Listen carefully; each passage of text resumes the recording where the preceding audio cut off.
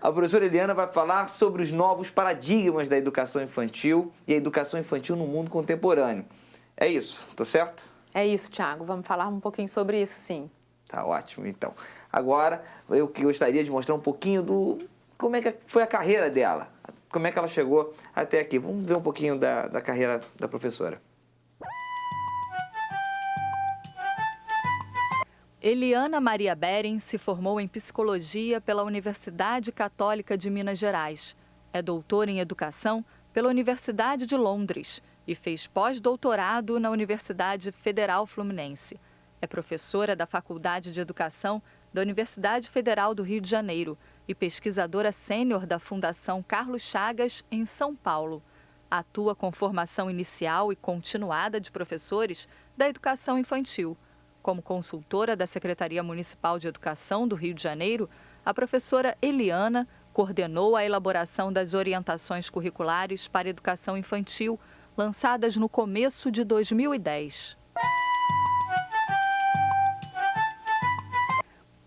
A apresentação ela vai tratar do desafio da educação infantil contemporânea e queria colocar o foco na qualidade, ambientes e aprendizagens na pré-escola. Eu queria começar falando um pouquinho dessa educação infantil contemporânea, mas voltado um pouquinho para a pré-escola e uma pré-escola de qualidade. E a qualidade hoje ela está muito vinculada ao coletivo, ao que o grupo da escola, da comunidade quer e precisa receber nas unidades de educação infantil do município. É muito importante que a gente sente, converse, troque ideias, traga contribuições para que a gente construa uma educação infantil que reflita e contribua para a cultura das pessoas que estão ali envolvidas. Então, nós vimos nos últimos anos que houve muitas mudanças políticas que geraram novas maneiras de fazer educação infantil e que, portanto, impactaram as nossas práticas pedagógicas. Queria lembrar também que a educação infantil contemporânea parte do princípio que nós respeitamos os direitos e a cultura da criança e da família. Hoje é um acordo social, é um acordo cultural que as nossas crianças têm direitos e esses direitos devem ser respeitados e fomentados também por nós nas instituições educativas e por toda a sociedade. Temos que ter respeito também e criatividade na infraestrutura, como que nós preparamos o ambiente, o espaço para receber essas crianças, um currículo com profissionais adequados. Para isso, a educação infantil hoje enfrenta o desafio de fomentar o desenvolvimento e o crescimento das crianças, promovendo situações ricas para aprendizagem significativa e, acima de tudo, efetiva. Quer dizer, aquela aprendizagem em que a criança, de fato, utilizará na sua vida, ao longo da sua trajetória escolar. Então, nós partimos do princípio de que a criança é ativa.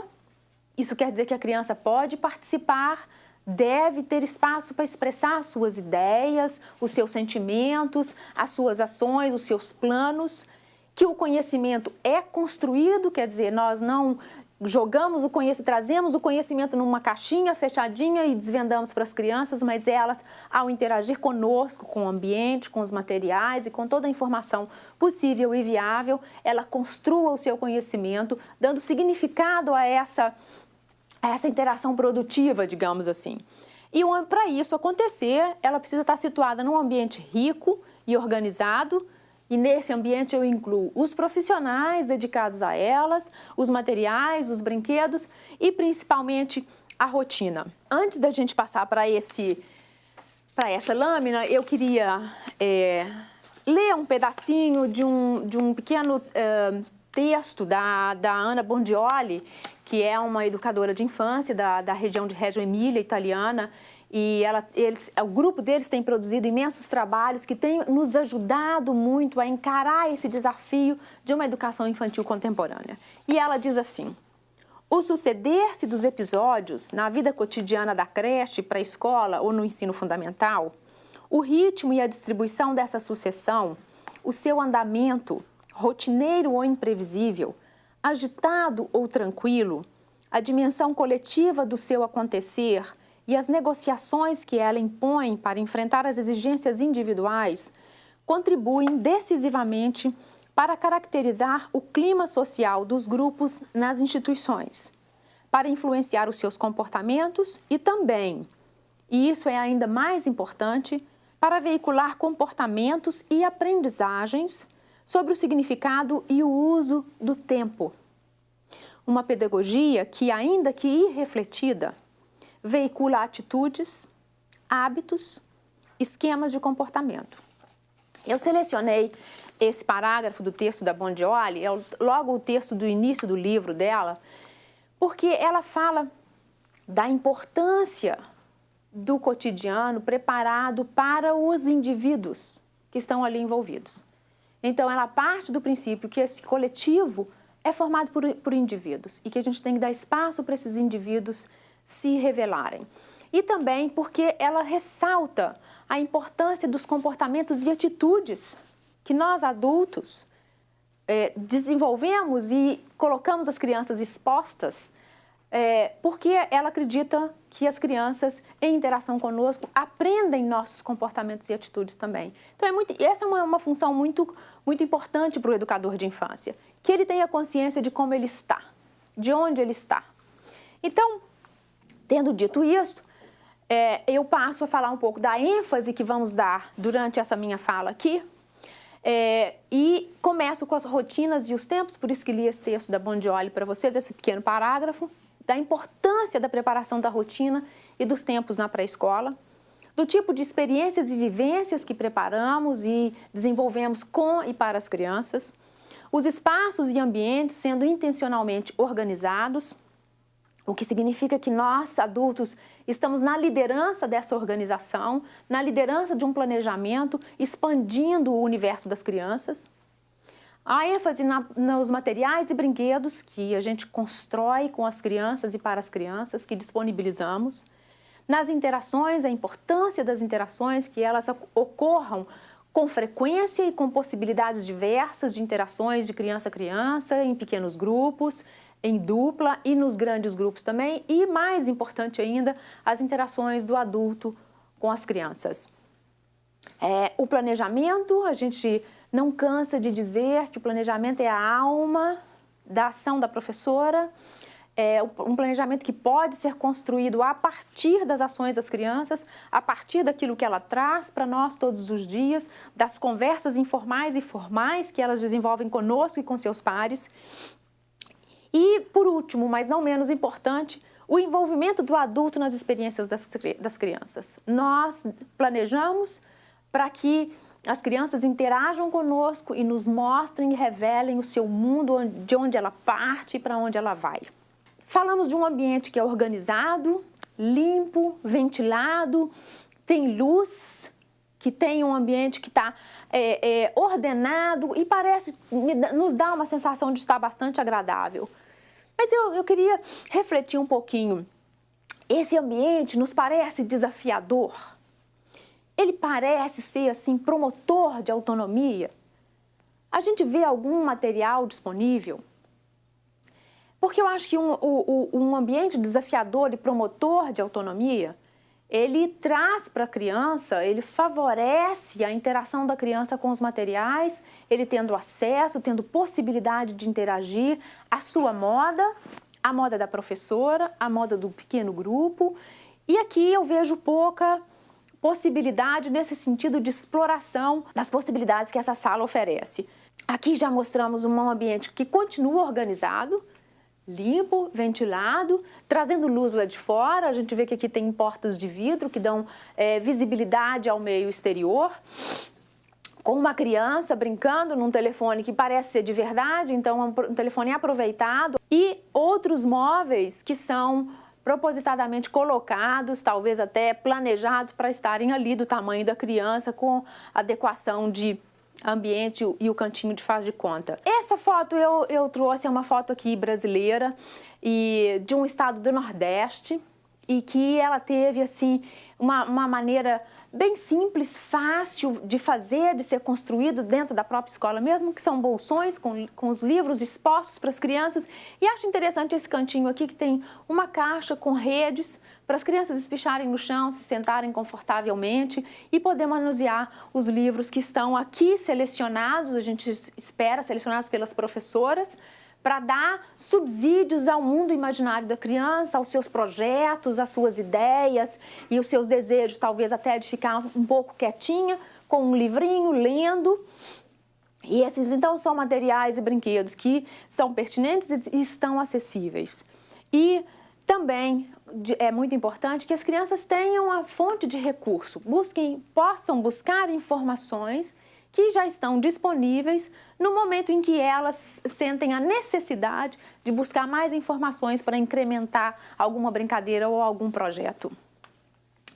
Então, um ambiente desafiador, no meu ponto de vista, ele é organizado sistemática e ordenadamente, o que significa que a gente organiza a sala de maneira que as crianças possam circular, sabendo onde buscar os materiais, os recursos, mas também sabendo para onde retornar o material que foi usado.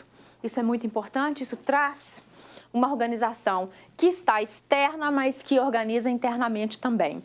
O ambiente desafiador, ele é flexível para mudanças, quer dizer, ele cabe projetos individuais, ele cabe contribuições individuais. A fala da criança, um projeto que veio de casa, uma ideia que teve a partir de um projeto que foi selecionado pela própria professora. E ele permite, então, ações individuais em pequenos grupos. Podemos também pensar em trabalhos em dupla. O professor, então, é atento e observador e participativo para que ele capte essas informações, essa possibilidade de mudança durante o decorrer do dia em que está com as crianças. A organização da sala para atividades, eu trouxe aqui 2 fotos que não são da mesma cidade, são de cidades diferentes, que mostram que as áreas estão organizadas para que as crianças as utilizem de forma independente. Essa sala me parece uma sala um pouco mais preparada para que as crianças possam agir mais autonomamente. Mais importante ainda, gente, que haja atividades ocorrendo simultaneamente. Essa sala aqui, a gente já vê uma sala que tem um aspecto mais de ensino fundamental, que nos dá a impressão de que ela é uma pré-escola que está mais voltada para atividades de cadeira e mesa, que a gente chama, não é? As crianças estão sentadas, executando alguma atividade, mas com menos possibilidade de ser autônoma, de escolha, porque aqui a gente não vê nenhuma área organizada e não traz material que é imprescindível, que esteja disponível o máximo possível. Essa fotografia é uma fotografia de uma das salas das abordagens italianas, que valorizam muito as expressões artísticas. E então, eles montaram uma mesa com diversas possibilidades de material artístico. E aqui a gente pode ver, essa foto ela é mais longa do que está aparecendo aqui, mas a gente vê aqui algumas pedras, a gente vê aqui alguns recortes em formato de animais, a gente vê aqui alguns numerais também, bolinhas, contas, bolas de gude, coisas do gênero, aqui alguma coisa colorida. Então, a gente vê várias possibilidades de materiais que a gente chama materiais abertos, em que as crianças dão o sentido para a utilização desses materiais, podendo se expressar, registrar artisticamente, linguisticamente, com a ajuda da professora. E essa mesa não é só a constituição para uma atividade de cunho artístico. A gente pode ver que ela promove a expressão artística, mas também traz muitas ideias matemáticas. A maneira como as professoras organizaram isso, elas agruparam categoricamente, organizaram de maneira que tudo esteja visível, acessível e ainda categorizados, o que ajuda muito no desenvolvimento cognitivo da criança. Tem contribuições para a construção para construções em si, né? Nós podemos construir uma estrada, podemos construir uma casa, podemos utilizar esses utensílios para o cantinho de faz de conta e podemos utilizar para a construção de projetos também, projetos de temas variados. É uma mesa que trabalha de cima a baixo, de um lado para o outro, as áreas de conhecimento e as várias linguagens que que estão colocadas nas orientações curriculares. Aqui é uma sala que a gente tem várias construções das crianças, que mostra crianças trabalhando individualmente, crianças trabalhando em duplas, com projetos diferentes e que talvez até esses projetos estejam interligados. E essas crianças estão trabalhando individualmente em direção a um projeto coletivo. As interações entre crianças, trabalhos em pequenos grupos, planejamento de projetos, ações com debate, troca. Mas é muito importante que a gente permita essa troca de ideias, essa interação, que a gente crie um espaço na nossa rotina em que estes momentos sejam valorizados e propiciados para as crianças diariamente.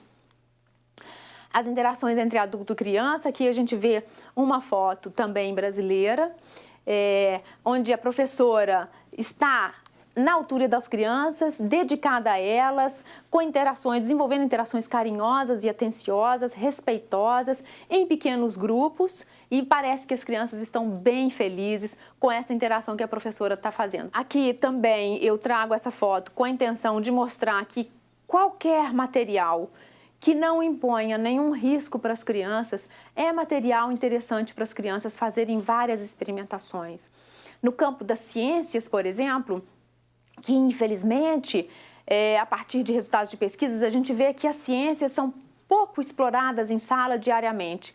Com isso eu queria abrir um parênteses aqui, gente, que as orientações curriculares foram construídas e são construídas, né? Uma estrutura curricular ela é construída para que a gente oriente as nossas ações durante todos os dias. Quer dizer, diariamente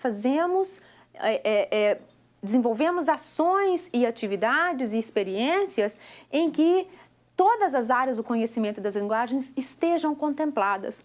E numa sala em que valoriza essa disponibilidade do material, essa acessibilidade da criança ao material, ela valoriza a interdisciplinaridade, quer dizer, as crianças têm atividades em que elas estão trabalhando as várias áreas do currículo, as várias áreas do conhecimento e das linguagens. A estrutura do cotidiano, para a gente desenvolver essa possibilidade em sala, a gente precisa estar com uma estrutura para orientar esse cotidiano das crianças nas unidades. Então, nós temos que ter uma programação clara, a programação aqui significando que tipo de rotina nós vamos desenvolver com essas crianças, sobre o que e como as experiências serão vividas, como que eu me preparo para dar para as crianças esse universo de experimentações, de experiências e de vivências, de relações, a brincadeira livre, que as crianças possam selecionar materiais e colegas para executarem seus planos, brincadeiras de maneira independente,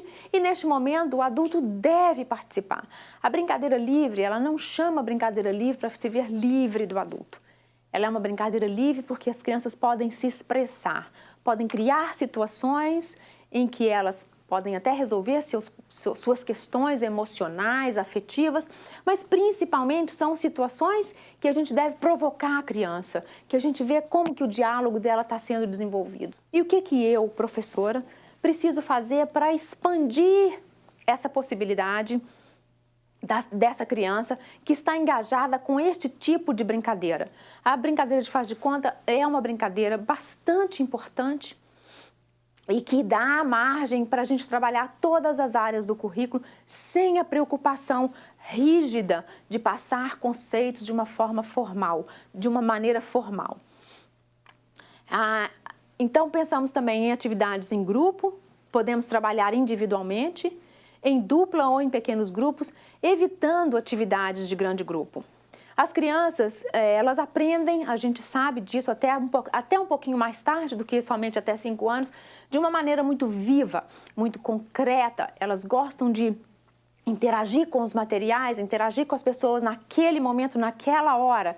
Então, é muito importante que elas se dediquem àquilo, que tenham atenção àquilo. E a gente vê com muita frequência que as crianças em grande grupo, por exemplo, elas se dispersam com mais facilidade e muitas vezes elas criam um subprojeto, uma subatividade dentro daquela grande atividade que está acontecendo ali no grande grupo. Na minha opinião, O grande grupo é necessário para que a gente oriente as crianças, dê espaço para que umas conheçam, que elas se conheçam, interajam umas com as outras, mas que seja um momento menos dedicado àquela aprendizagem de conceitos de uma maneira mais formal.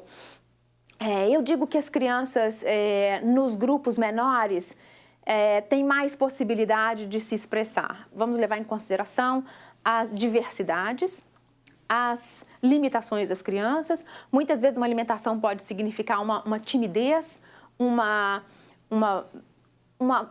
fluência verbal menos desenvolvida, digamos assim, e que no pequeno grupo essas crianças têm mais possibilidade de expressão, mais possibilidade de participação. Então, nós hoje estamos orientando que as professoras se debrucem na possibilidade de desenvolver mais possibilidades de atividades de pequenos grupos, de permissão de trabalhos em duplas e até mesmo individual naquele momento em que a criança precisa e quer ficar sozinha. Então é muito importante que a gente preste atenção nesses momentos, nessa construção dessa rotina. E também não podemos deixar de levar em consideração as crianças com deficiência. E aqui eu quero ampliar um pouquinho mais para a diversidade, como eu acabei de dizer. Não só as crianças que apresentam algum tipo de deficiência, mas as crianças que têm problemas diversos, limitações, eu não gosto de colocar problemas, mas limitações diversas, desde o seu temperamento, ser mais quietinha, mais tímida, até aquele que é mais explosivo e mais agressivo e mais liderança, que se colocam mais. Nós queremos que todas as crianças se coloquem no seu tempo, à sua maneira, que não agrida que não seja agressiva essa sua participação, mas que condiga com a sua própria pessoa. Os espaços externos para brincadeira e exploração, combinando ações, estudando possibilidades, explorando a natureza. Nos momentos em que estamos nas áreas externas, são momentos em que as crianças se sentem livres e são momentos que as crianças se expressam fisicamente também, no seu correr, no pular, no gritar, no poder se expandir um pouquinho mais. E ali acontecem planos, acontecem coisas que podem não acontecer com frequência dentro de sala. Muito importante que os professores estejam com as crianças, chamando a atenção que esses momentos são momentos riquíssimos em que as crianças revelam o seu vocabulário, revelam as suas ideias, revelam as suas vivências, as suas preferências e até mesmo as suas limitações. Materiais e brinquedos de arte, a gente não precisa de dizer, eu sei que o Rio de Janeiro tem um acervo bem grande de possibilidades, com bibliotecas riquíssimas, que exploram os nossos grandes artistas e cantores e etc. E aqui mostra, numa atividade externa, as crianças debruçadas naquilo que elas estão fazendo, materiais e brinquedos, jogos, construção, manipulação. Essas estantes, elas podem ser etiquetadas com o intuito de organização.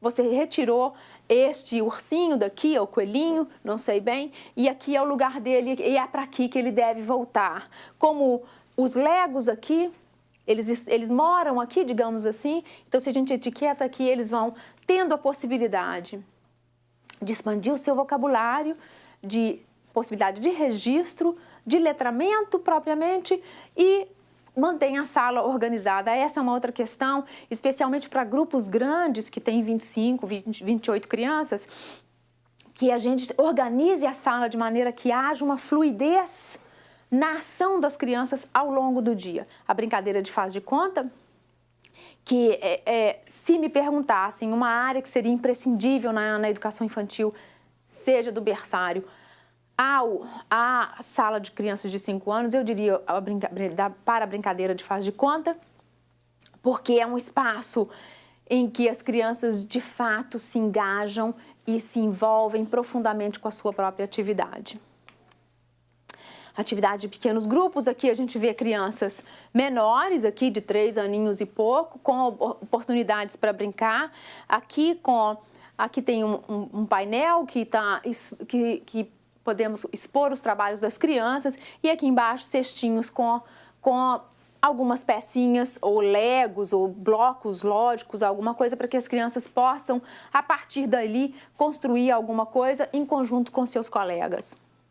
Atividades em pequenos grupos, continuamos com esse foco, que acho que é muito importante, com algumas oportunidades para crianças fazerem partes de grupos, de pequenos grupos, por elas selecionados. Eu acho que é muito importante que a gente permita que as crianças também selecionem os seus pares. Eles têm preferências, elas gostam de ter, talvez até a constância de pares para que as brincadeiras se desenvolvam e possam ampliar o seu conhecimento junto com o parceiro escolhido. Eu não sei se aqui eles colocaram livros, mas me parece que são bolsões em que as crianças podem guardar os seus próprios pertences, que é uma ótima ideia para que a gente fomente ainda mais a autonomia. Um lugar que é dela, que é do indivíduo, e ela ali se remete para guardar os seus pertences, os seus trabalhos, as suas ideias e os seus projetos. Uma atividade em grupo. As crianças permanecem juntas em grande grupo a maior parte do dia. Todas fazem o mesmo projeto de arte, a mesma história lida para todos, ouvem as mesmas músicas, usam o banheiro ao mesmo tempo. Quando a gente pensa em fomentar a autonomia e a gente utiliza na maior parte do dia atividades em grande grupo, eu acho que há aí uma contradição. A autonomia ela é fomentada quando você permite que a criança se expresse, quando você permite que as crianças decidam o que querem fazer, para onde ir, com quem trabalhar, que tema escolher. Com isso eu não estou dizendo que ela pode fazer tudo o que quer, mas que a gente faça uma rotina em que valorizamos também esses momentos em que a criança pode escolher. Aqui é um exemplo de uma contação de história, de uma maneira muito interessante, por sinal, que é a utilização de fantoches com duas professoras, devem estar compartilhando a história entre elas e contando para as crianças. Mas a gente vê que tem algumas crianças, essa aqui, por exemplo, tá assim, ai meu Deus, me tirem daqui, talvez, né? Não estou com vontade de ouvir isso. Outras conversando, essa aqui está sinalizando para o outro lado, ao invés de estar prestando atenção ali. Então a gente vê que momentos ricos, preparados pelos professores, pelas professoras, muitas vezes é desperdiçado, entre aspas, porque as crianças não conseguem estar em grande grupo o tempo todo. Aqui é uma escola, em Florianópolis, com um espaço maravilhoso que deu até para construir uma horta, e essas crianças participam ativamente dessa construção dessa horta, observam, é uma possibilidade de ter contato com a natureza e, além do mais, ver as coisas crescerem, a transformação da natureza, a transformação do alimento, até chegar a esse alimento na sala. Aqui também é uma foto bastante interessante, com essa possibilidade de continuar nessa exploração, né, das ciências e da natureza, com possibilidade de exercitar a sua criatividade com materiais inusitados, com materiais que são muitas vezes maiores do que as próprias crianças, mas ainda assim você vê um grande envolvimento das crianças com os materiais e empenhados numa construção que me parece ser coletiva, de pequenos grupos. E, por fim, a gente quer dizer que a criança tem direito a uma rotina organizada e planejada, de maneira de ter momentos calmos e ativos em atividades individuais e de pequenos grupos. Ela tem direito a ser tratada com carinho, atenção, paciência, respeito e pedagogicamente. Ela tem direito de ser acompanhada ao longo do seu desenvolvimento, quer dizer, a professora se esforçando para estar com elas bem proximamente, não só a nível de registro da professora do seu desenvolvimento, do seu crescimento, mas também do acompanhamento diário do desenvolvimento dessas atividades. Se expressar emocionalmente, sendo acolhida e aceita pelo grupo, quer dizer, uma criança pode sim não estar se sentindo bem, não querer ficar no grande grupo ouvindo uma história, mas ela pode estar debaixo da mesa com o seu próprio livrinho, lendo uma história, aproveitando na mesma intensidade que aqueles outros que estão no grande grupo, ter a sua identidade preservada, tanto familiar, cultural, quanto social. Então, gente, o desafio é a gente proporcionar um espaço em que novas possibilidades possam ser exploradas e entendidas por meio da ampliação dos modos de conhecimento reflexivos e críticos, da construção ao invés da reprodução de conhecimento, para capacitar as crianças a trabalhar com criatividade e autonomia, eu acrescentei, percebendo as possibilidades e lidar com a sua ansiedade e expectativas. Essa é um parágrafo que eu retirei do Peter Moss, com a sua equipe, da Alberg Pense, num livro extraordinário sobre qualidade de educação, na educação infantil. E ele também disse que somente desta forma é que a gente pode contribuir para a emergência de uma coxa de retalhos, pluralista, de coexistentes visões de mundo e experiências de vida. Contar histórias é uma prática corriqueira na educação infantil. Além de estimular a imaginação, desenvolve o vocabulário e amplia o repertório cultural das crianças. Vocês sabem disso. Por isso, a contação é uma grande parceira dos professores de EI. A professora Lilian Rose Barreto e a coordenadora pedagógica Ayla Maria Ainer de Lima trabalham na Escola Municipal Maria das Dores Negrão, que fica em Oswaldo Cruz, zona norte do Rio. Elas aproveitaram o medo que as crianças tinham de lagartas, eu morria de medo também, para criar uma história emocionante que trabalhou em diversas áreas do conhecimento.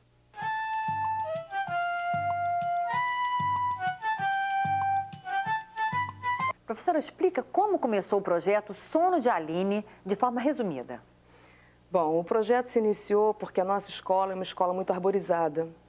Apesar de pequena, ela tem muitas árvores e as crianças têm muito medo de lagarta. Porque tem aquela ideia de que lagarta queima, que a mamãe fala, que o pelinho pega. Então, na hora da entrada, caiu uma lagartinha no meio da turma e a primeira ideia era, vamos matar a lagarta. E a professora Lilian, que na verdade desenvolveu todo o projeto em sala de aula, ela pegou a lagarta e disse, não, vamos levar a lagarta para a tia Ilha, que a tia Ilha vai falar um monte de coisa para a gente poder cuidar da lagarta. E assim a gente começou a cuidar da lagarta, que eles resolveram chamar de Aline. E a partir da natural curiosidade infantil, que conceitos e conhecimentos foram trabalhados com a turma? O projeto político-pedagógico da escola ele é um projeto baseado, pautado na leitura. E dentro do nosso projeto, nosso trabalho de ciências busca mostrar à criança, desde a educação infantil, o método científico, que a gente observa, analisa, registra, confirma hipótese, ou então vê que não foi bem aquilo que a gente esperava que aconteceu, com a busca de formar uma criança observadora e com a busca também de preservar o ambiente da escola, que a criança saiba respeitar. Os ninhos de passarinho que a escola tem, as lagartas, os cogumelos e as plantas, as flores, na tentativa de fazer os mais velhos orientarem os mais novos, quando eles estão entrando, das coisas que a gente pode fazer para preservar aquele meio ambiente ali que a gente está nele todo dia e que a gente pode preservar. Então conta pra gente como é que foi o acompanhamento da transformação da lagarta em mariposa. Olha, nós tivemos 15 dias para fazer isso, né? Foi o tempo que ela levou entre ser pega, colocamos numa vasilha adequada, fizemos furinhos na tampa da vasilha, eles perguntaram por quê, nós refletimos sobre isso, pela questão da respiração. Colocamos alimentação para a lagarta, mas ela já não se alimentava, porque ela já estava naquele momento em que ela já não ia comer mais. E a gente só não conseguiu ver o encasulamento porque foi na época do feriado de 7 de setembro. Que pena. Então a gente entrou no feriado com a lagartinha e quando a gente voltou do feriado ela já estava encasulada. Daí, para a saída dela do casulo, a gente conseguiu, né, observar e registrar. E o momento mais legal da experiência para todos nós, que foi muito bacana, foi quando ela voou. Né, que as crianças decidiram que a Aline aí já não era mais Aline, ela já era Aline Bia, porque ela já era um outro ser, e as crianças decidiram que ela não podia ficar presa, que ninguém gostava de ficar presa, ela precisava ser solta. Agora fala um pouco sobre a intenção de oferecer o contato com o método científico de forma lúdica. A gente faz esse desenvolvimento do método científico ao longo dos 6 anos de escolaridade. E na educação infantil, a gente está centrado mesmo no brincar. Então, a gente brinca de pegar, a gente brinca de ser cientista, a gente brinca de registrar, a gente faz registros escritos e registros de desenho, a gente registra as primeiras letras, dentro da sala de aula, a gente também fez um momento de registro fora da sala de aula, que estava todo mundo no pátio, cada um achou seu canto, e aí a gente registra o desenho da criança com a textura do chão junto, misturado, nessa intenção mesmo de desenvolver uma pessoa que consiga conviver bem com a natureza do seu entorno sem violentar essa natureza que existe. E qual a importância de se registrar todo esse processo para o trabalho de formação da criança? Bom, a gente tem nas etapas do registro mais um instrumento de observação do desenvolvimento dessa criança, né? No momento em que ela desenha, no momento em que ela escreve, ela desenhou no papel, ela desenhou no chão da escola com giz.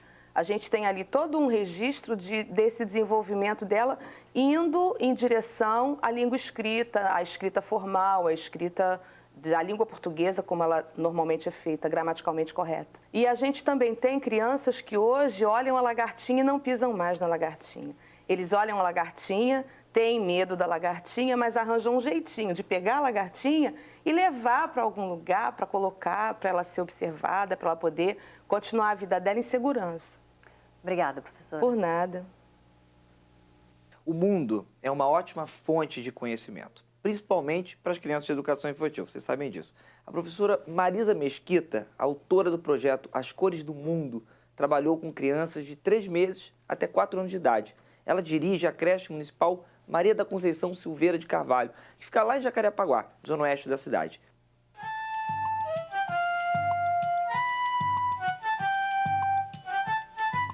Professora Marisa, quais são os objetivos do projeto As Cores do Mundo? Nós trabalhamos com criança de 3 meses a 3 anos e 11 meses. Nessa faixa etária, a criança nos diz o que pensa, o que sente, através do desenho. Ela fala conosco através do desenho. Então, nada mais, né, claro, do que a gente introduzir este trabalho. E, além disso, a gente pensou também em introduzir a nossa comunidade escolar. Quando a gente diz comunidade escolar, a gente está se referindo ao aluno, à equipe e aos responsáveis nesse mundo visual, nesse mundo das artes, porque eles não têm muita oportunidade. E como é que foi pensado o trabalho de usar as artes visuais com crianças tão pequenas, né? Como a senhora disse, de 3 meses a quase 4 anos. E queria que a senhora explicasse também que trabalho é feito especificamente com as crianças menorzinhas, as de 3 meses. Lógico que os bebês, eles ainda não vão conseguir ver um quadro, né? Então, como é que a gente introduziu com eles? Várias técnicas de pintura, porque eles adoram. Tá? Então, nós fizemos mingau colorido e eles trabalharam e criaram também a sua marca. Com os maiores, a gente introduziu a vida, né, dos artistas. Fez com que eles ficassem íntimos dos artistas. A gente falou da vida, da família, dos filhos, mostrando fotos, né? E isso fez com que eles ficassem íntimos dos artistas. Aí nós passamos para mostrar para eles as obras. O projeto foi dividido por 2 etapas, né? Queria que a senhora falasse um pouquinho sobre cada uma delas. A primeira etapa nós iniciamos com um livro de história intitulado A Cor do Mundo. Essa história, ela conta a história de um elefantinho que sai a perguntar para todo mundo qual é a cor do amor, né? E aí nós começamos com eles também, qual é a cor do amor? Né? Fizemos essa pergunta para toda a comunidade e eles desenhavam. E aí introduzimos os pais também. Qual é a cor do amor para a sua família?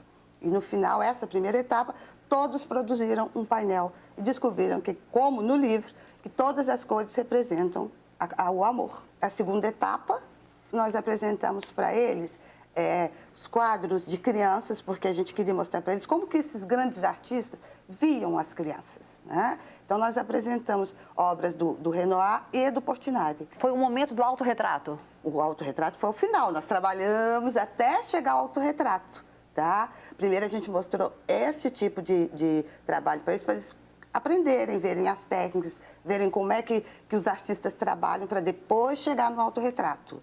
Porque é fundamental para essa faixa etária a identidade, eles se conhecerem. Depois nós entramos no Portinari, as brincadeiras de Portinari. E o Portinari, cada quadro do Portinari tem uma história, né, contada por ele. Então, a gente mostrou para ele o menino do baú, e que ele fala da história do baú, que as avós deles tinham, que ele guardava muita coisa ali. Isso tornou um outro projeto, que foi o baú das turmas. Então, se você chegar lá hoje, eles têm uma mala que virou um baú e que eles vão colocando todas as recordações da turma ali dentro. E as brincadeiras também gerou muita curiosidade, essas brincadeiras folclóricas, né? Junto aos pais também. E aí Mas como é que se deu a participação dos pais? Os pais, eles vieram até a creche, a gente convidou, a gente faz reunião mensal com eles e mostrou para eles, além de participarem com essas perguntas, né? Qual a cor do amor para você, mostramos essas fotos.